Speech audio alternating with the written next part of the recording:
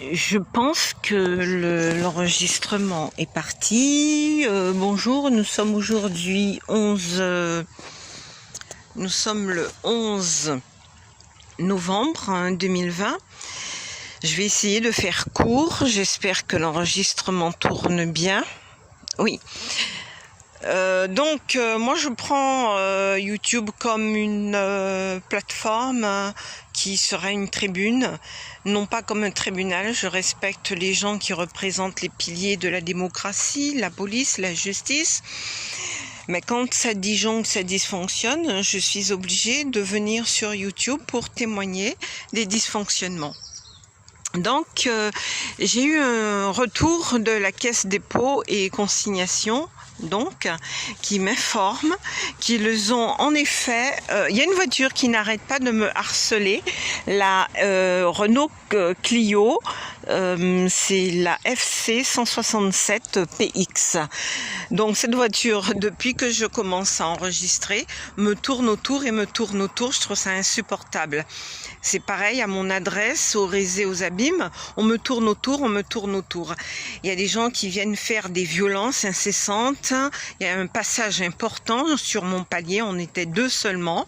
Et depuis le dossier de la CDC et mes recours, depuis que j'ai décidé d'aller voir mon avocat, parce que la villa de mon père, apparemment, on essaie de voler cet argent et de faire passer dans la BPI, qui travaille aussi avec la Caisse dépôt et consignation. Donc je m'élève contre ce fait. J'ai saisi mon avocat et mon avocat m'informe qu'elle a écrit à la CDC. Alors ce qui se passe, la CDC me répond que dans un premier temps, à côté de la plaque, ils me parlent de frais d'impôt, de taxes, enfin, je n'ai rien compris. Alors que je leur demandais où est passé l'argent de la villa de mon père.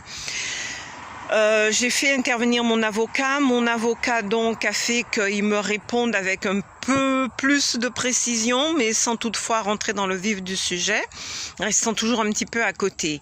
Alors, rester à côté, ça veut dire qu'il retourne la balle, la CDC de Paris, 56 rue de Lille. Il renvoie la balle à la CDC BPI Guadeloupe, qui donc en fait doit recontacter le Crédit Agricole.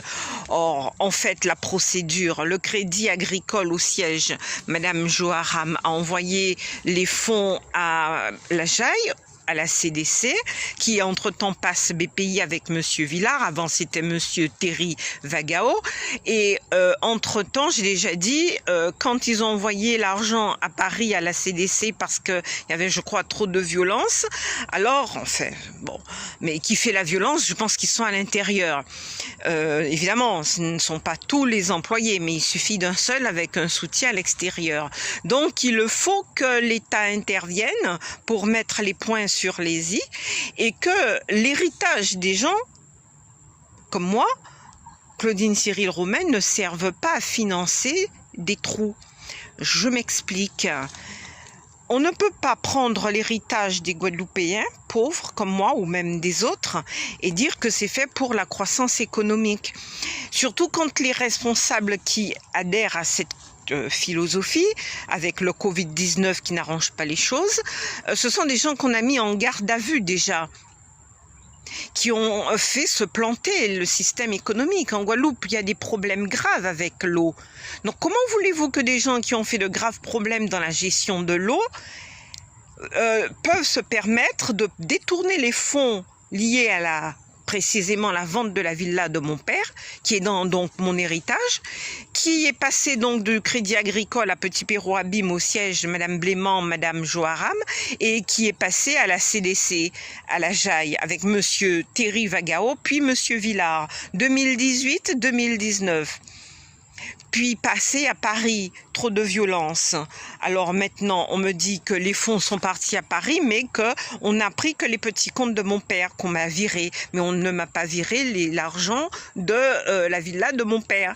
Et on me tourne en bourrique parce que récemment, on me répond avec un peu plus de respect. Jusque-là, j'avais l'impression d'être un chien dans un jeu de quilles.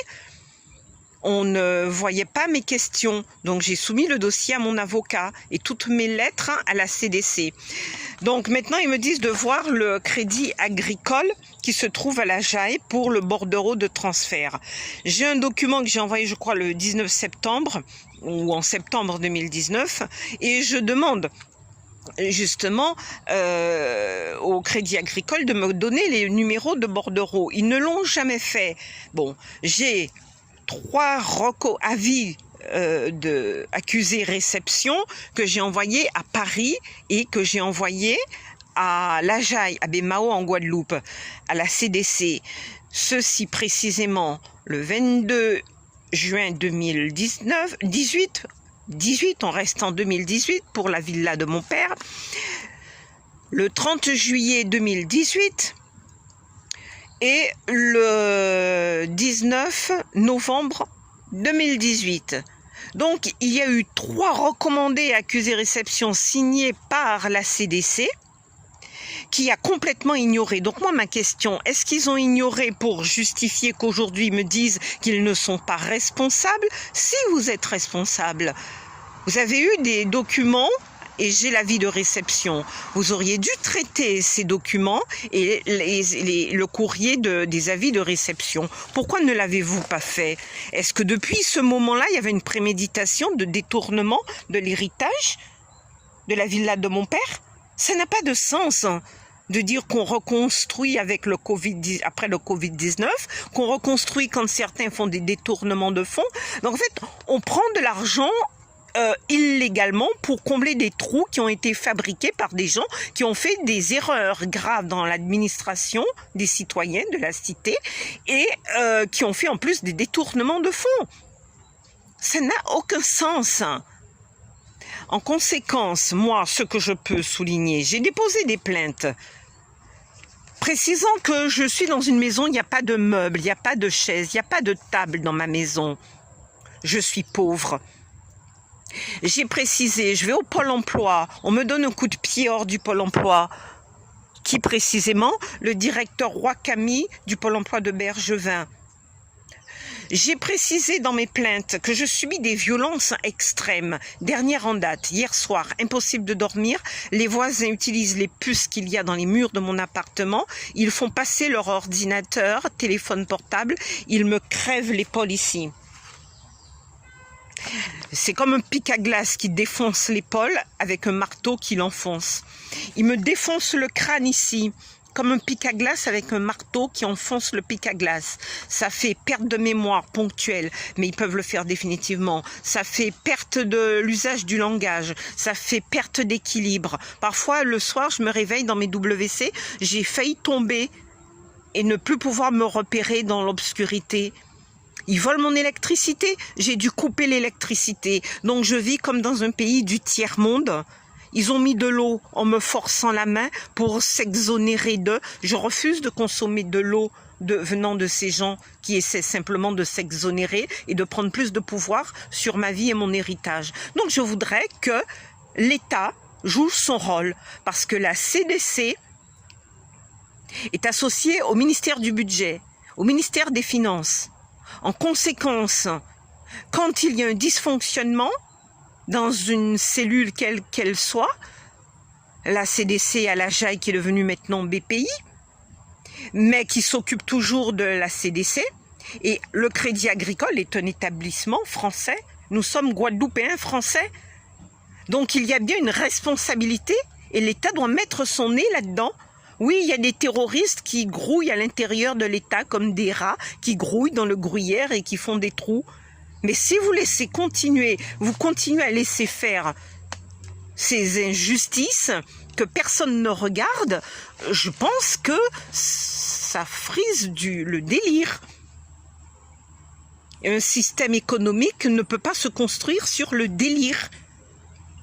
Bon, donc, je viens de vous citer les 3 avis de réception qui mentionnent effectivement que j'ai relaté les faits de la villa de mon père qui a été recouvrée, que j'ai été contactée par Madame Joharam qui m'a dit d'aller rapidement en 2018 à la CDC récupérer les fonds et qu'elle gardait les petits comptes de mon père au Crédit Agricole. et de faire un notaire venir régler au Crédit Agricole les petits comptes.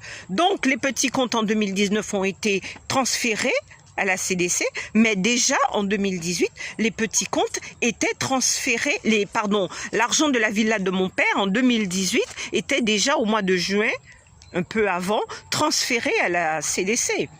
Donc vous me liquidez les comptes de mon père, les petits comptes, mais où est l'argent de la villa? Une villa qui a coûté 180 000 €.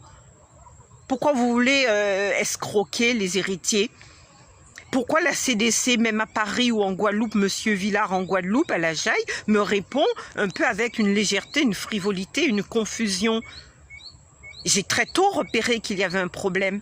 Je déposerai une plainte au procureur de la République et mon avocat soutiendra une procédure au tribunal. Alors, les autres héritiers, moi je les ai déjà contactés pour qu'ils passent récupérer leur quote-part. J'ai rempli mes obligations. Je ne vole pas, moi. Faut pas me faire passer pour une voleuse. Faut pas avoir des propos ambigus, alambiqués. J'ai téléphoné en SMS aux héritiers. Je leur ai dit aux autres de passer à la CDC et de faire sur le site de la Cyclade la démarche. J'ai même écrit récemment à la Cyclade sur mon compte et je vous ai demandé à la Cyclade de donner aux autres héritiers mon projet d'acte de notoriété de Maître Tantin, le projet, pour les autres. Parce qu'ils sont entourés par des crapules et des voyous, et je crains fort que ces crapules et ces voyous ne... Je suis très surveillée, il y a encore une voiture qui passe autour de moi. Alors, ils ne font pas leur job, ces gens-là, et ils sont tous à s'agglutiner autour de moi pour essayer de m'égorger. Je me fais agresser, je prends des coups de fusil, des coups de flashball, je dépose des plaintes, j'ai les dents de cassées. Ce sont des violences faites pour l'héritage. Je dépose des plaintes. J'ai mon épaule de blessé qui a été paralysée l'autre jour dans mon appartement. Qu'est-ce que je fais? Je veux me coiffer. Bon, j'ai pas le droit de me coiffer. J'ai noté, j'ai mon estomac, il cogne avec de la technologie, il commence à brûler mon estomac, à détruire tous mes organes à distance, en passant par le nerf pneumogastrique, les nerfs rachidiens ici, associés au nerf pneumogastrique, vous avez les glossopharyngiens, ça fait vomir, ça fait la diarrhée, etc. Donc, j'ai l'épée de Damoclès sur ma tête parce que je suis 2 fois héritière, ça n'a pas de sens. Que vous voulez voler la villa de mon père? L'argent de la vente? Ça n'a pas de sens. Donc tout le monde me tire dessus, tout le monde me surveille et personne ne fait son job. Un peu du sens des responsabilités. Et il faudrait respecter les citoyens. Bien. Alors, la question est la suivante. Je vérifie si j'ai bien tout dit de ce que j'ai préparé sur ma petite fiche. Les responsables de tout ce bordel se trouvent au Rézé, là où j'habite, porte 3942 et 3742. Au Rézé, les Carbets, aux Abîmes, l'immeuble Les Carbets. Donc je voudrais que ces gens arrêtent de m'agresser. Il y a beaucoup d'hispaniques qui viennent et qui... j'ai écrit un roman, j'ai fait une cagnotte. Ils essaient de voler l'argent de la cagnotte et je ne sais pas, ils donnent à une association hispanique à Los Angeles, des hispaniques qui sont autour de mon appartement. Donc c'est un grand merdier et sincèrement, il suffit. Donc je demande instamment aux responsables politiques en France de faire en sorte que chacun prenne ses responsabilités. Merci.